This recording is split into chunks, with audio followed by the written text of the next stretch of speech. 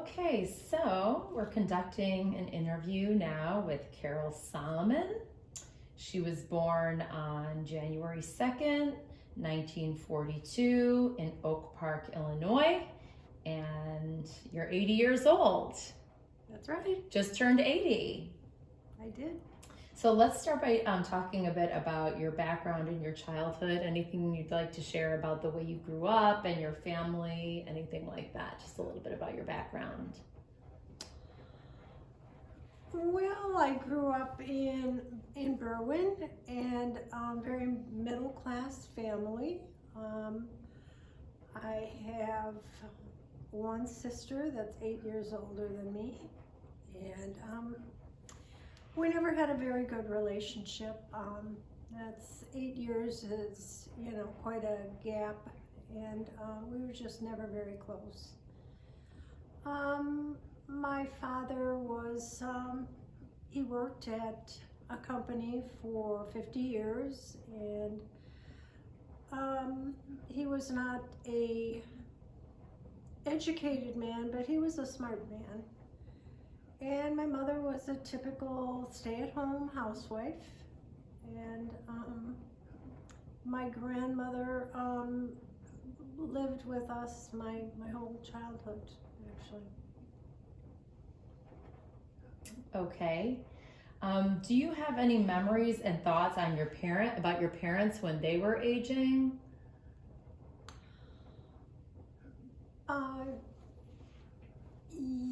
Yes. I realize that, well, old people like to repeat things a lot. Yeah. I noticed that with more my mother than my father. I feel like my parents and older people in general tend to have, they're very fixed in their opinions, and they don't like to consider new ideas. They just stick with the old, and I think I made up my mind I didn't want to be like that. Interesting. And so how do you feel as far as did you accomplish that goal so far? Yes, I think so. Yeah. Pretty much, yeah. Are any of those things that any things that you want to share that you said, I'm not going to do that, that you saw your parents do, that you decided that you were not going to do?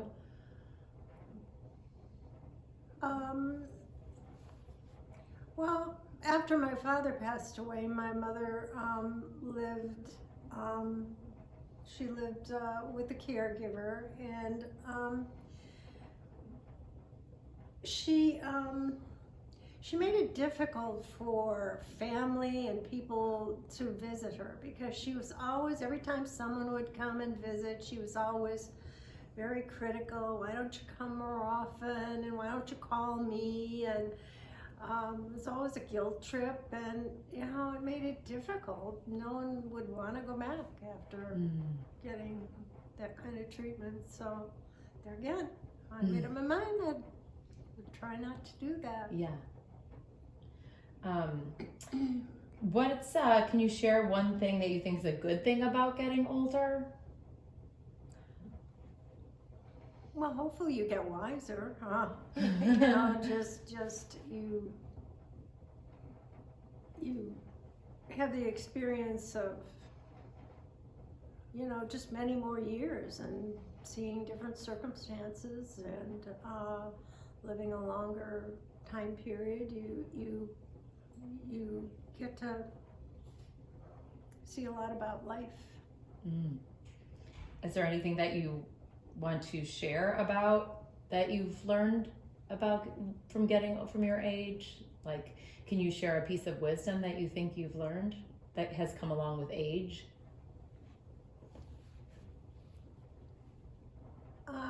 I enjoy being social. I think that it's very important. Friendships are very important for anyone, and so I personally and my husband and I, as a couple, we have a lot of friends, and actually, we just moved into a new condo like a couple years ago, and very, very happy here, and just we were looking forward to doing a lot of entertaining here, and fortunately the pandemic came along and that sort of changed things, but hopefully someday we will be able to have people come over and enjoy their company and entertaining. And so could you share or talk about some of the challenges that you face by getting older? I feel very fortunate. My hearing is good. So many times older people have trouble hearing, and that's a big problem. It's even hearing aids, they help, but still it's not easy. They're uncomfortable. I haven't come across anyone that's happy with their hearing aids, so I'm very grateful that I don't have that, and I'm grateful that I'm able to move around, and I have all my working parts. I don't have any artificial joints or knees or hips or shoulders or elbows or anything. Boobs. You're natural. But you didn't say any challenges. What's the challenge that you face?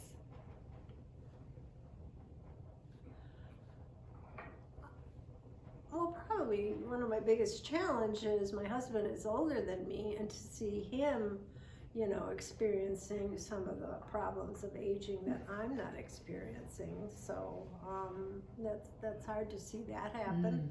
I'm glad that I'm able to help out and, take care of him and do things that he can't do anymore, but I'm still able to drive. I'm very happy. I mean, How do you feel about being a caretaker and that shifting dynamic? It's quite an adjustment, and I struggle with that, yeah. Is that something that you think in therapy you would see value in talking about? Yes. Yeah. Would that be one of the main things that you'd want to talk about and process in therapy? Yes. Mm-hmm. Yeah.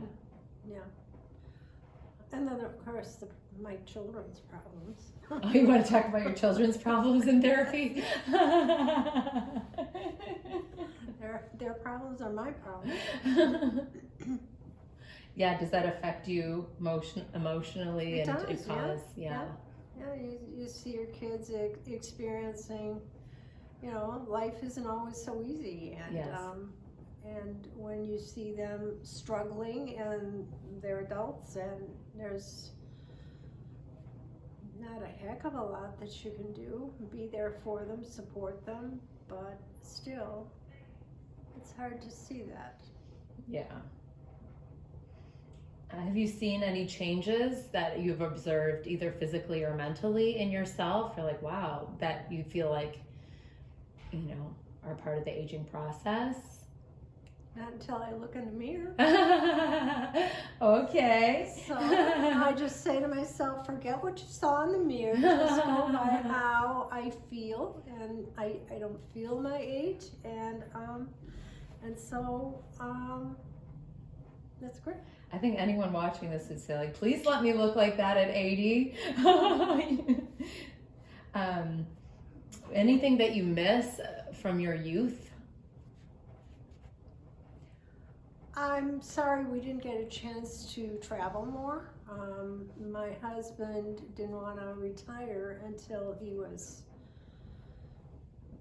5 years ago, actually. So he was like 85 or so when he retired, and so now we wouldn't be traveling anyway because of the pandemic, but I think we missed the window of opportunity to do some serious traveling. I would have liked to go and see European countries and a lot of places that we just haven't seen. Yeah. How do you feel about yourself mentally? I feel good. I feel, if anything, it's given me a sense of confidence, and at my age I'm still able to learn new things on the computer and handle our family business, which is sometimes pretty complicated, and that makes me feel confident and proud of myself, and so, and I think it keeps me, my brain active, and that keeps me in better shape. How do you feel about changes that you've seen in your friends?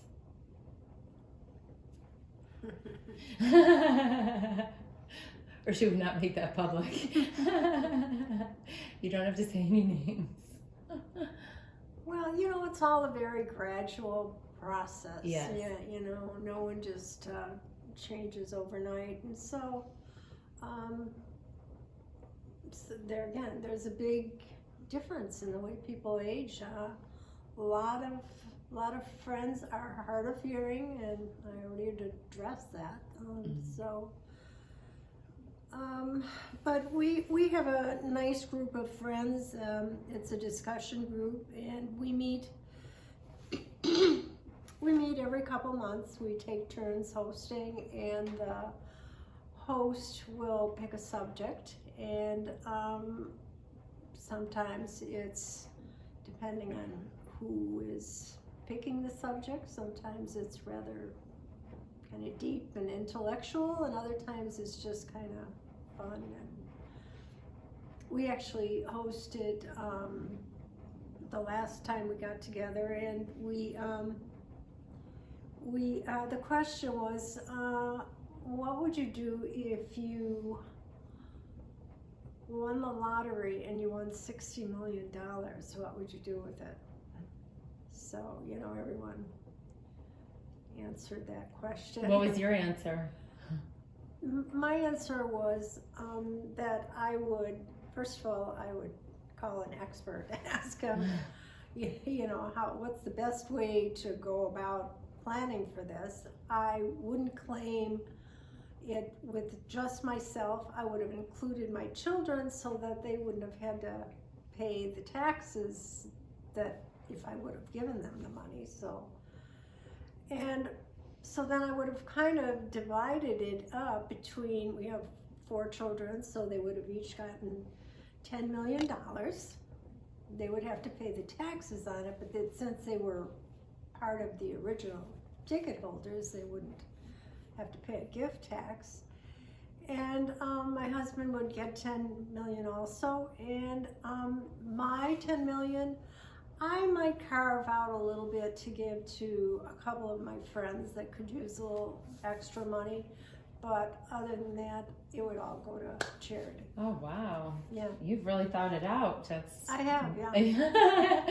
Someone give this woman $60 million. And then what we did, what was fun, we bought a lottery ticket. Oh, you did? Yes. No one won there, obviously, I guess. It was fun. Oh, yeah, that's fun. That was a really cute idea. Uh-huh. Yeah. So you said a little bit about, gratitude about how you're doing physically. So the next question was, how do you feel about yourself physically? So it sounds like pretty good. Yeah, pretty good. My tummy's a little too big. Yeah. I tend to be a little hard on myself. Yeah. I don't remember ever being 100% satisfied.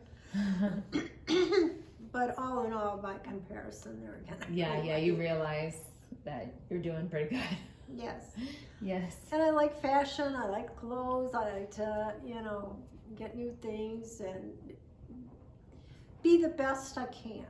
you know, and I tried to be as natural and pick clothes appropriate for my age, yet not old lady-ish. Is that important, do you think, when you get older, to feel like you know, are still wearing cute clothes and putting on makeup and doing your hair?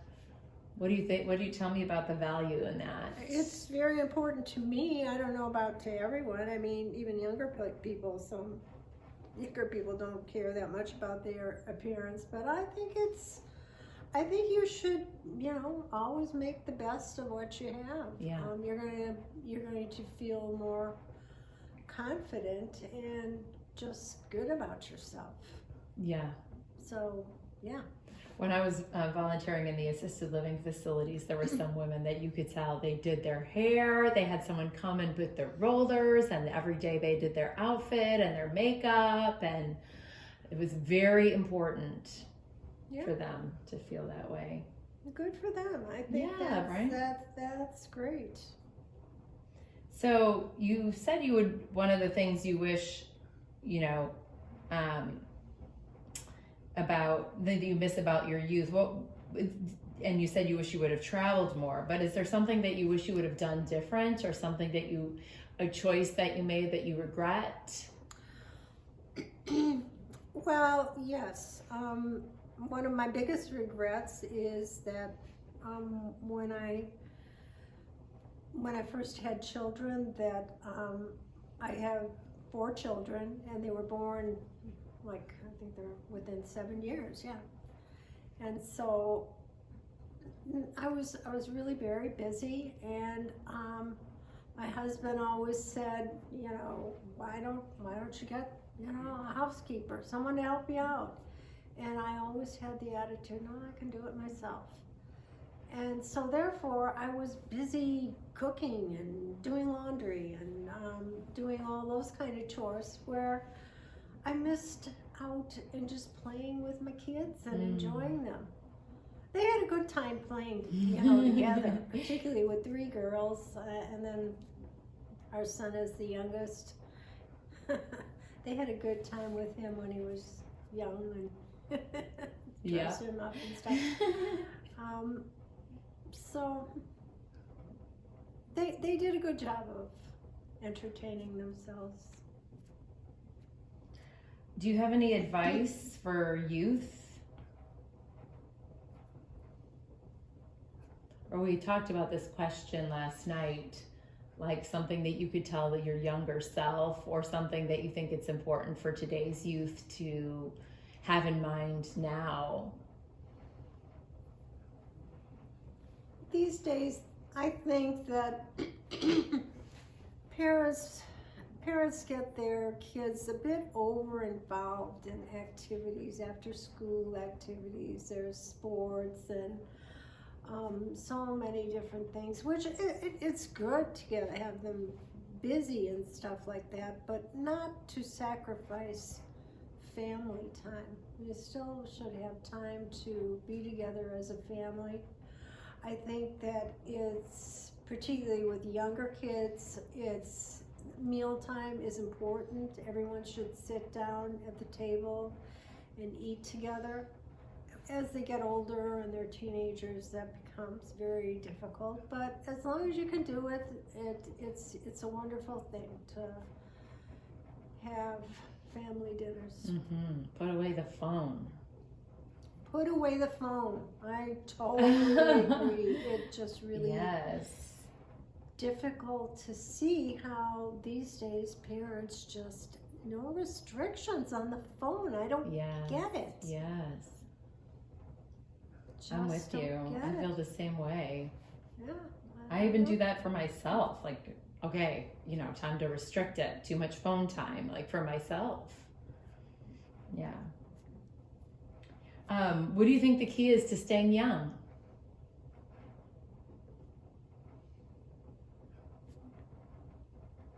What is the key to staying young? Attitude. I feel just as comfortable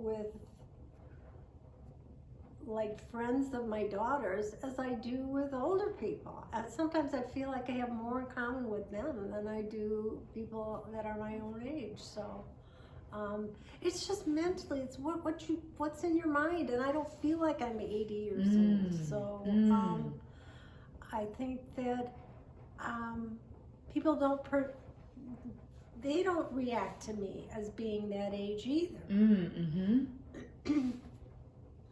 Which is so good. It is so good. Are there any important things? I may have asked something similar, but important things that you've learned with age. I've changed so much. As I used to be very, very shy. I think I was born shy, and I just didn't have a good sense of self-worth as a teenager or as a young adult, and I had a hard time socializing. I was just always very quiet. I had a complex that I wasn't smart enough. I think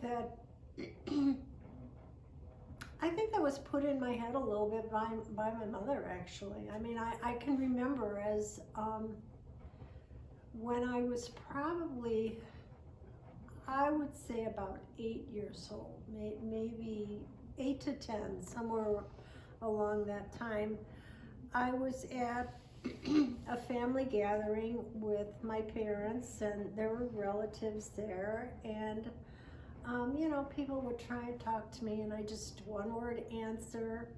And when we got home, my mother said to me, "What's wrong with you? Why don't you talk to people?" And I truly, that "what's wrong with you" just kept repeating on in my head for years. Yeah.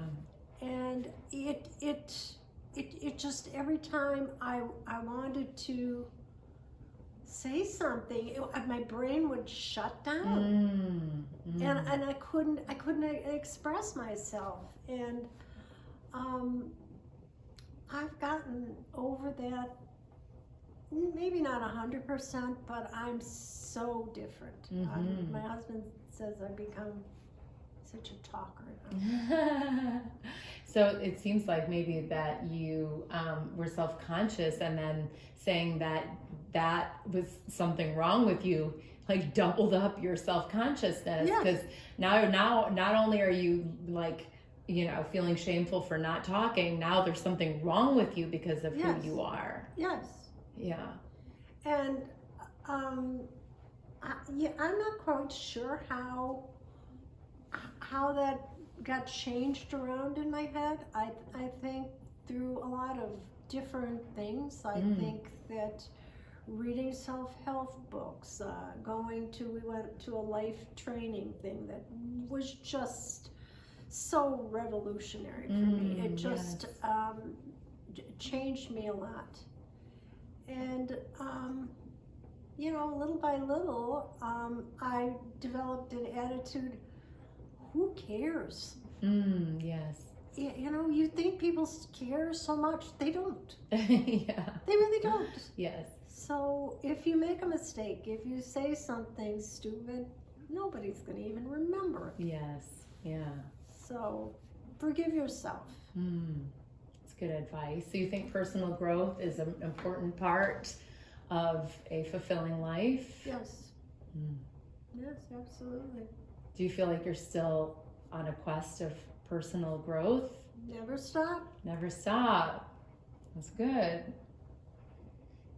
Any advice that you can give about relationships or family or job that you think would be valuable for someone to hear from your experience? I think that it's very important for married couples to take time out and be together as a couple, to go out for like a date night, or even when the kids go to bed, talk about things. I'm a believer that every 10 years or so, most people's personality changes. Yeah. And I think that's why a lot of people their marriages are in trouble, because they change and have different interests. So you have to work on that, and therapy is very important. I think that it's a good thing for couples to have therapy before they get married. There's no shame in that. You need a outside person to guide you. Yeah. Sometimes it's very hard for a couple to, settle things on their own. And to have realistic expectations. You can't change people. People do change, but they have to want to change. And that's a big mistake that a lot of couples think, well, there'll be difference once we get married. And it's... Well, they might be, but not in a good way. Well, things get worse. Yeah. Well, that's great. Actually, that leads me to my next question. What are some important things that you think a therapist should know if they have a client that is elderly or, in fact, older than them or anything like that? So any of the therapists out there that should be things that they should be aware of when having a client who is older? Well, I think that as you age, you come to at some certain point in your life, you have to face your own mortality, and that can be very, very scary. And so, no matter what it is, talking about things helps. And so, there again, you should make a plan. Couples should make plans for their old age. They should prepare financially, and they should make all the preparations that if something would suddenly happen, have that gift for your family, that they, like my husband and I, our funerals are everything is pre-planned. Everything is tucked away in a folder.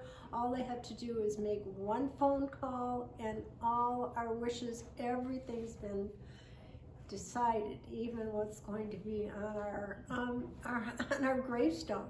You know? So on mine is going to be "What a Wonderful World." Let's hope it's. It was. People laugh at that. It used she to thought be. It was a wonderful world. And my husband, he's on his is going to be "Do your best, forget the rest." He's So famous for that one. Yeah. So I think that it's not an easy thing to do. A lot of people don't do it, but once you get it done, it's just such a good feeling. And what better gift for your family, as I said, to have all that in order. Yes, that's for sure. It gives you a it's sense hard of to peace, do, but you know? yes, knowing that they won't have to. Yeah, that's one thing people are afraid of doing. Because I think a lot of times people are afraid to think about it, and maybe you can share a little bit if you feel comfortable about your feelings about your mortality. You're coming to the end of your days. Do you have any thoughts that you want to share on that?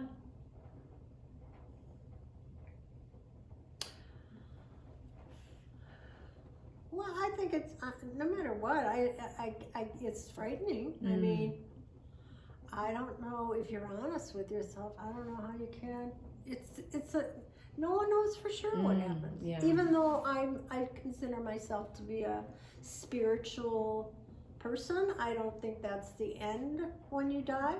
there's a little tiny bit of doubt that, you know, part of me that says, well, maybe there's nothing. Yeah. So if there's nothing, so be it. You Yeah. go to sleep every night, and you know, that's not painful. That's it's just like going to sleep, only Yes. you don't wake up. Yes.